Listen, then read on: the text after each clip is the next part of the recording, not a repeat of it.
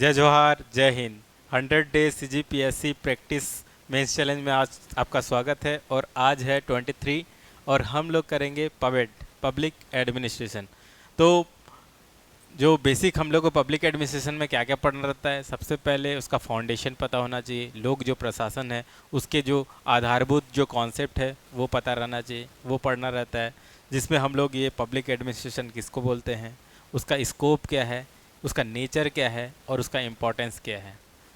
दूसरा सबसे इम्पोर्टेंट, जो पब्लिक एडमिनिस्ट्रेशन है वो चेंज हुआ है LPG रिफॉर्म के बाद। तो उदारीकरण के टाइम में जो पब्लिक एडमिनिस्ट्रेशन है और प्राइवेट एडमिनिस्ट्रेशन आता है कब, लिबरलाइजेशन के बाद। तो 1991 के बाद इंडिया में थोड़ा सा प्राइवेट आ जाता है। तो इसके बाद एडमिनिस्ट्रेशन में क्या चेंज होता है, एक इम्पॉर्टेंट टॉपिक पढ़ना रहता है। उसके बाद public administration and private administration हो गया। उसके बाद नया जो डेवलपमेंट एडमिनिस्ट्रेशन है उसको पढ़ना पड़ता है कि जो विकास के लिए जो लोक प्रशासन चलता है, जैसे कि आज जो हमारे इंडिया में जो चलता है डेवलपमेंट के लिए, वेलफेयर के लिए एडमिनिस्ट्रेटिव ऑफिस। नेक्स्ट है कंपैरेटिव एडमिनिस्ट्रेशन, आपको पता रहना चाहिए कंपैरेटिव एडमिनिस्ट्रेशन। उसके बाद new dimension in public administration, क्या क्या चेंज हुआ है न्यू डायमेंशन। और सबसे बड़ा जो डिबेट है कि जो पब्लिक को एडमिनिस्ट्रेशन करेगा स्टेट और मार्केट का, और लास्ट में चाहे कोई भी एडमिनिस्ट्रेशन हो, रूल ऑफ लॉ क्या इंपॉर्टेंट है, ये चीज़ पढ़ना रहता है। तो लोक प्रशासन, उसके बाद उदारीकरण में जो लोक प्रशासन और निजी प्रशासन किस टाइप के, नवीन लोक प्रशासन, विकास प्रशासन और तुलनात्मक प्रशासन पढ़ना पड़ता है। और जो लोक प्रशासन के नए आयाम जो जुड़ा है वो, और सबसे बड़ा जो डिबेट रहता है वो पढ़ना रहता है राज्य वर्सेस बनाम और विधि का शासन। तो हम लोग क्या है कि थोड़ा सा डीप जाने की कोशिश करेंगे उसमें क्या क्या है। तो पहला जो टॉपिक है उसमें आपको क्या पढ़ना रहता है कि सबसे पहले पब्लिक एडमिनिस्ट्रेशन क्या है वो पता होना चाहिए। क्या होता है ये, स्टडी और practice of implementation of government policies and managing public affairs. तो जो IAS रहता है वो मोस्टली इंडिया का जो सिविल सर्वेंट है उसको जो ये कार्य करते हैं, पब्लिक पॉलिसी को इम्प्लीमेंट करते हैं और मैनेज करते हैं। तो वो क्या कर रहे हैं, इसी कारण उसका नाम क्या है, IAS, इंडियन एडमिनिस्ट्रेटिव सर्विस। तो इसका स्कोप क्या है, स्कोप देखते हैं तो हमको पता चलता है कि एक जो लूथर उन्होंने दिया है किस टाइप से हम लोग को एडमिनिस्ट्रेशन को सही तरीके से बांधना है, संरचना रहना है, जिसके कारण हम लोग अच्छे से सर्विस डिलीवरी कर पाएँ। तो उसमें planning, organising, staffing, directing, coordinating, reporting, budgeting, ये सब एक एक एक फ्रेमवर्क दिया है। उसके बाद वाइडर व्यू में अगर देखा पब्लिक एडमिनिस्ट्रेशन का, तो एक है पॉलिसी मेकिंग होना, पॉलिसी इम्प्लीमेंटेशन होना, उसके बाद पब्लिक सर्विस डिलीवरी करना, और साथ ही साथ सरकार के कोई संस्था उसको रेगुलेट भी करेगी। उसके बहुत से थ्योरीज हैं और उसके इम्पोर्टेंस है। तो इम्पोर्टेंस में क्या हो जाता है कि जनरल जो पब्लिक है वो सरकार के जो सेवाएं हैं उसको लाभ हो सके। नेक्स्ट जो है पब्लिक एडमिनिस्ट्रेशन और प्राइवेट एडमिनिस्ट्रेशन। तो एडमिनिस्ट्रेशन क्या होता है, दोनों टाइप के हैं। पब्लिक एडमिनिस्ट्रेशन में हम लोग को पढ़ता है IAS हो गए। प्राइवेट एडमिनिस्ट्रेशन में जैसे कि MBA मैनेजमेंट वाले करते हैं, तो वो भी एक तरह के एक एडमिनिस्ट्रेशन की बात कर रहे हैं। और प्राइवेट सेक्टर के लिए जो संस्था को चलाने के लिए प्राइवेट एडमिनिस्ट्रेशन। तो इसमें पब्लिक एडमिनिस्ट्रेशन और प्राइवेट एडमिनिस्ट्रेशन के बारे में जब हम लोग समझते हैं तो पब्लिक एडमिनिस्ट्रेशन का जो लोक प्रशासन का जो उद्देश्य है उसी में डिफरेंस है, इनका वेलफेयर ओरिएंटेड होता है। लेकिन प्राइवेट के बारे में जब बात करते हैं तो ये प्राइवेट प्रॉफिट ओरिएंटेड रहता है। इसमें जो जो एडमिनिस्ट्रेटर है वो पब्लिक के प्रति अकाउंटेबल रहता है। और यहाँ पे जो प्राइवेट में जो अकाउंटेबल किसके प्रति रहता है, शेयर होल्डर या तो फिर कंपनी के मालिक के प्रति रहता है, ओनर्स के प्रति रहता है।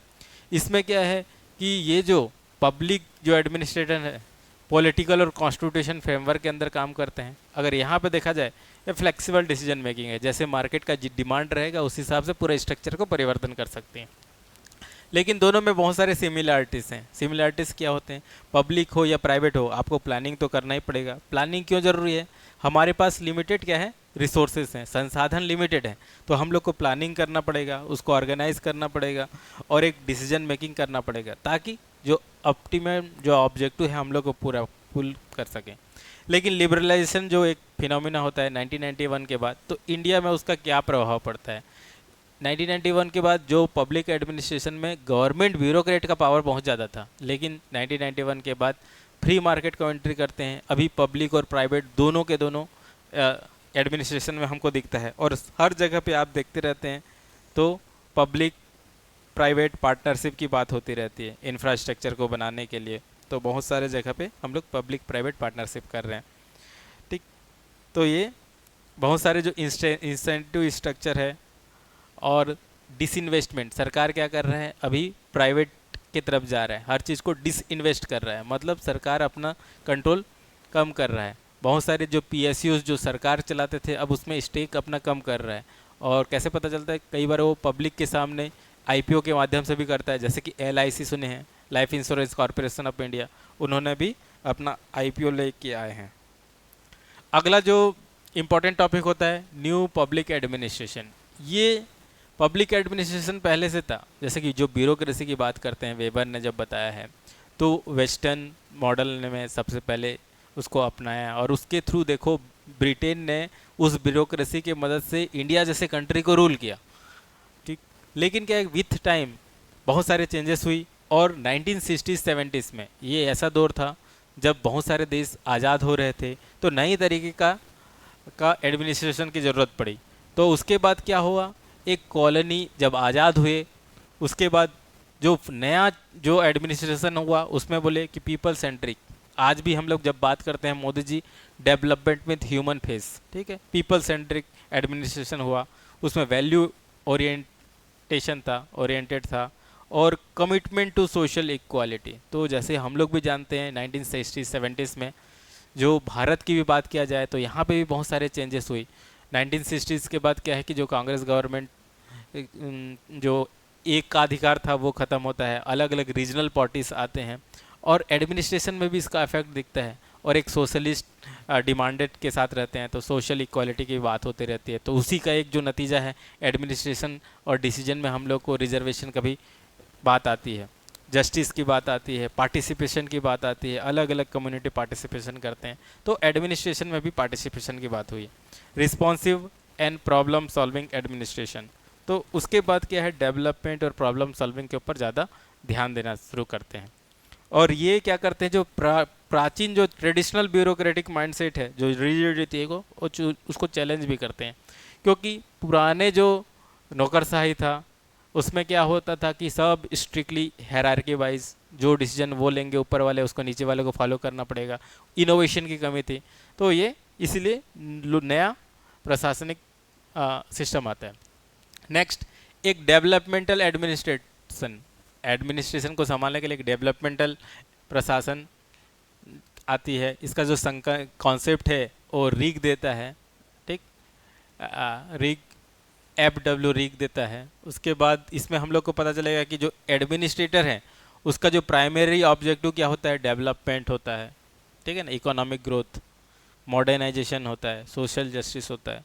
उसके बाद उसके और अलग अलग कैरेक्टर क्या हुए कि जो एडमिनिस्ट्रेशन है उसको वाइडर लोगों के लिए ओपन किया जाता है, जिसमें पीपल ओरिएंटेड, इनोवेटिव, पार्टिसिपेशनरी रहता है, लोगों को जितना हो सके उतना सहभागीदारी बनाने की बात किया जाता है, संसाधनों का उचित उपयोग किया जाता है। और इसके संक्षेप में अगर हम लोग अपने देश के बारे में सोचा जाए तो जो हम लोग ने 5 ईयर प्लान लेके आया था, ठीक है, 5 साल में प्लान लेके आते थे, और उसका दायित्व रहता था कि पॉवर्टी को हटाना है, ठीक, या तो फिर अभी का भी देख लें मनरेगा, डिजिटल इंडिया, ये सब जो है एडमिनिस्ट्रेशन की बात है, और ये डेवलपमेंट एडमिनिस्ट्रेशन के अंदर आते हैं। अगला, जब एक है कंपैरेटिव एडमिनिस्ट्रेशन, जिसमें तुलनात्मक प्रशासन की बात करते हैं। ये कब स्टार्ट हुआ है, वर्ल्ड वॉर सेकेंड के बाद, और इसको कंपैरेटिव एकेडमिक ग्रुप्स ने इसको प्रमोट किया है। जब वर्ल्ड वॉर 2 जब होता है तो लोग ये पता करने की कोशिश करते हैं कि वर्ल्ड वॉर हुआ क्यों, क्या कोई नेशन के सिस्टम में फॉल्ट है, क्या एडमिनिस्ट्रेटिव डिसीजन मेकिंग में फॉल्ट है। तो उसको देखने के लिए जब आते हैं तो फिर ये पता चलता है कि हाँ कुछ तो फ्लॉट थे, तो उसको सिस्टमेटाइज किया जाता है। तो अलग अलग अप्रोच लेके आते हैं, उसमें इकोलॉजिकल अप्रोच को भी ध्यान दिया जाता है, ठीक है, उसमें अलग अलग जो एग्रीकल्चर, इंडस्ट्रियल जो प्रिज्मेटिक मॉडल दिया जाता है, ठीक है, किसके द्वारा? FW रिग के द्वारा। तो इसको हम लोग को पढ़ना पड़ता है। उसके स्ट्रक्चरल फंक्शन अप्रोच एक लगाया जाता है और उसमें पढ़ा जाता है कि जो कोई भी ब्यूरोक्रेट्स है या फिर एडमिनिस्ट्रेटिव जो डिसीजन ले रहा है on the basis of fact ही नहीं, कुछ स्ट्रक्चर के थ्रू ले रहा है। फॉर एग्जांपल अगर इंडिया में है तो इंडिया में कैसे कि यहाँ का हिस्ट्री, यहाँ का कल्चर, यहाँ का इकोनॉमिक्स, यहाँ का कॉलोनियल व्यू है, तो उन लोग को स्ट्रक्चर को भी देख के एडमिनिस्ट्रेशन के लिए काम करते हैं। तो इसी में हम लोग जब पता चलेगा तो हम लोग को पता चलेगा कि जो डाइवर्सिटी है उसको अपनाने की कोशिश करते हैं ताकि लोगों तक ज़्यादा पहुंच सके एडमिनिस्ट्रेशन को। तो तुलनात्मक एडमिनिस्ट्रेशन होता है, उतना टाइम के अलग अलग कंट्री के साथ अपने ही देश में अलग अलग राज्यों में भी कर सकते हो। तो ये कंपेरेटिव हो गया। नेक्स्ट जो न्यू डायमेंशन जो ऐड होता है पब्लिक एडमिनिस्ट्रेशन में, स्पेशली जो 1990 के रिफॉर्म के बाद, ठीक, तो न्यू पब्लिक मैनेजमेंट आते हैं, उसमें देखेंगे इफ़िशियंसी क्या बढ़ा, रिजल्ट क्या हुआ, प्राइवेटाइजेशन से क्या इम्पैक्ट होता है, और सबसे ज़्यादा जो इम्पोर्टेंट जो पॉइंट आ जाता है इसके बाद गुड गवर्नेंस। आज भी हम लोग सुशासन की बात कर रहे हैं, गुड गवर्नेंस बहुत ज़्यादा इम्पोर्टेंट हो जाता है। उसमें accountability, transparency, rule of law, participation, ठीक है, ई गवर्नेंस जो हम लोग बहुत ज़्यादा यूज़ करना शुरू करते हैं क्योंकि .com रिवॉल्यूशन या फिर इंटरनेट रिवॉल्यूशन होता है। साथ ही साथ पब्लिक सर्विस ओरिएंटेशन में सिटीजन फर्स्ट अप्रोच का यूज होता है, जो कि आज भी हम लोग को प्रेजेंट गवर्नमेंट में भी ये देखने के लिए मिलता है। अगला हम लोग देखेंगे तो बहुत बड़ा जो डिबेट है, हमेशा ये डिबेट रहा है, आइडियोलॉजिकल डिबेट भी है। तो एडमिनिस्ट्रेटिव एंगल पे भी देखेंगे तो डिबेट देखता है कि स्टेट वर्सेस मार्केट, ठीक, स्टेट के पास पूरा डिसीजन लेने की क्षमता रहना चाहिए या फिर मार्केट के ऊपर डिसीजन लेने की क्षमता होना चाहिए। तो स्टेट डोमिनेट मॉडल को हम लोग वेलफेयर स्टेट भी बोलते हैं, जिसमें गवर्नमेंट एक प्राइमरी प्रोवाइडर रहता है। तो अगर हम लोग 1991 से पहले अगर देखेंगे तो मोर टूवर्ड ये क्या हो गया, स्टेट डोमिनेट रहता है, जिसमें PSUs ज़्यादा रहते हैं, ठीक है, पब्लिक सेक्टर अंडरटेकिंग्स ज़्यादा होते हैं। लेकिन उसके बाद मार्केट डोमिनेटेड मॉडल हो गया, जिसमें लिबरलाइजेशन, प्राइवेटाइजेशन, ग्लोबलाइजेशन बहुत ज़्यादा इंपॉर्टेंट भूमिका हो जाती है।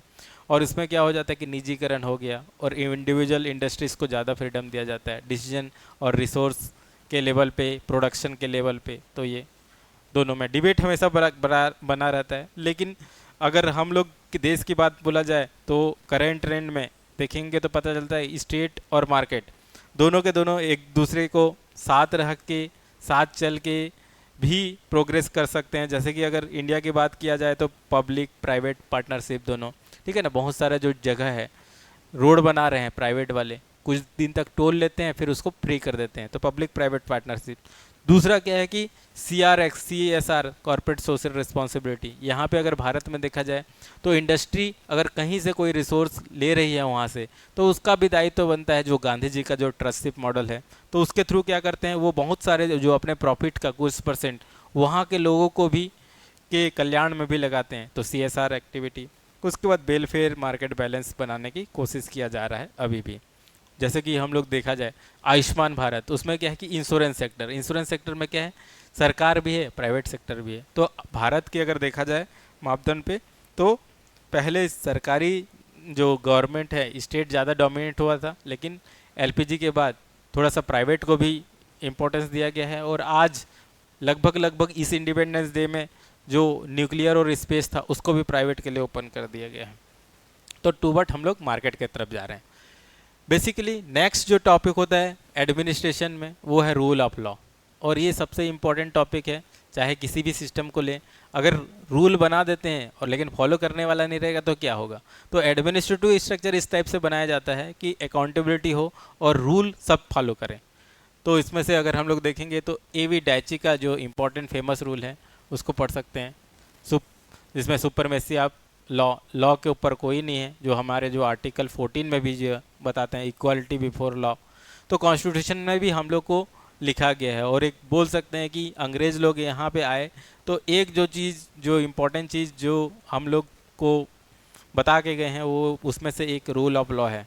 एक्चुअली उनके टाइम में भी रूल ऑफ लॉ को फॉलो करते थे, चाहे हमको अच्छा लगे या ना लगे, लेकिन करना पड़ता था। इसी कारण है कि हमारे ही आर्मी, हमारे ही पुलिस, हमारे ही ब्यूरोक्रेट हमारे ऊपर अंग्रेज़ों के थ्रू शासन किए थे हार्ड रियलिटी है, ठीक। तो उसमें उसमें इंडिविजुअल को प्रोटेक्ट भी करने की बात हुई है रूल ऑफ लॉ में। तो इम्पोर्टेंस इन पब्लिक एडमिनिस्ट्रेशन का इसका क्या हो जाता है कि कोई आर्बिट्री पावर का यूज न करते, ठीक है। रूल ऑफ लॉ क्यों जरूरी है कि किसी को पावर दिए तो वो गलत तरीके से यूज ना करे, मनमानी शक्ति का यूज ना करे। दूसरा कि जो फेयरनेस है, न्याय और उत्तरदायित्व सुनिश्चित रहे। उसके पास और basis of democracy and good governance, अगर रूल ऑफ लॉ रहेगा तभी हम लोग बोल सकते हैं कि डेमोक्रेसी है, जिंदा है, और लोग लोग सुशासन तरीके से रह रहे हैं। अब देखते हैं आज का जो इम्पोर्टेंट क्वेश्चन। ये टॉपिक आपको पब्लिक एडमिनिस्ट्रेशन में, ठीक है, जो बेसिक में पढ़ना रहता है, तो उसके आसपास 4-5 क्वेश्चन जो हम प्रैक्टिस कर सकते हैं। पहला जो क्वेश्चन है, what do you mean by rule of law, 2 marks के लिए है, आपको लिखना है। विधि के शासन से क्या अभिप्राय है, 30 वर्ड में आपको लिखना रहेगा, पहला क्वेश्चन।